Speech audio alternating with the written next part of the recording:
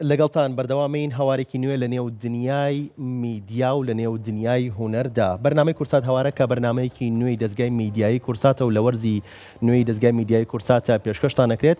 ئەکرێت بڵین تەنیا بەرنمەیەک نییە، بەڵکو تابلۆیەکی زیندوی هونەریە. هونەرمەند زەرزێوەیی باس لەم بەرنمەیە دەکات کە کۆ سەرفەتاح پێشکەشکاری بەرنمەکەی و گروپێکی میوزیکیش لە بەرنمەکەیە بەشدارە.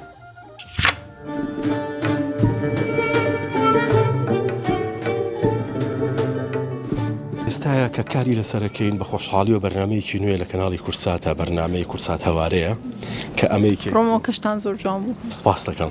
ئەمەیەکێکە لەو خەونانەی کۆساری خەونی منە، بەڵام خەونی منیشەوە، خەونی هەموو ئەندامەکانیشە، لەبەرەوەی ئیشەکە ئیشی ئێمەیە.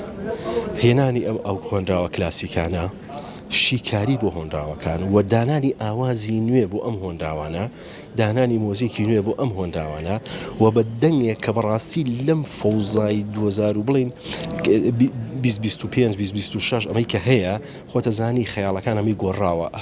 کەناڵ تەلەڤیزۆنەکەی تۆ جەنگە، ئەیتە بازار گرانیە، کێشە مەشاکیل فەوزایەکی وا دروست بووە، هەر چوار لاو ئاگرە.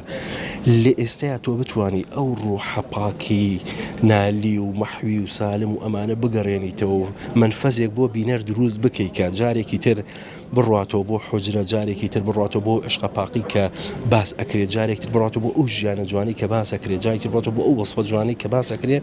ئەمە زۆر زۆر گرنگە. خۆزگە لە جیاتی لە هەفتەیەکە یەک جار، لە هەفتێکە 3 جار بووە، بەڵام دیسانەوە من ئەم هەنگاوی کورسات زۆر بەرزە نرخێنم کە بتوانێ لەم خەیاڵەتە ناخۆشەی کە ئێستا لەم ناوچەیە هەیە خەیاڵاتێک دروستکە بۆ هاونیشتیمانی کورد، بۆ هاوڵاتی کورد کە لە ماڵ و دانیشە جارێکی تر گوێی لەم شارانە بێ و خۆشیەکەی لە چیایە، گرنگیەکەی لە چیایە. ئێمە زۆر بەرنامە و پرۆگراممان هەیە بەشێکی کات بەسەربردنە، شۆوە پێکەنینێ کە مەسەلەن کات بە، بەڵام ئەمە کە تۆ لە بەرنامەکەی تە دەرەوە لەگەڵ خۆتا میلۆدیەکی تازە لەدایکە بێ، واتە هەموو هەفتەیەک میلۆدیەکی تازە ئەچێتە سەر، گۆرانێکی تازە ئەچێتە سەر ئەرشیفی گۆرانی کوردی.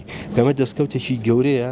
سپاس بۆ ئێوە، بۆ کەناڵەکە، بۆ هەموو کارمەندان و گروپی لوڕیش و پێشکەشکار و کە بیریان لەمە کردەوە. ئێمە ساڵێکی تر ئەم کاتە ڕەنگە خاوەنی 60 ئاوازی نوێین لە کەناڵی کورساتەوە.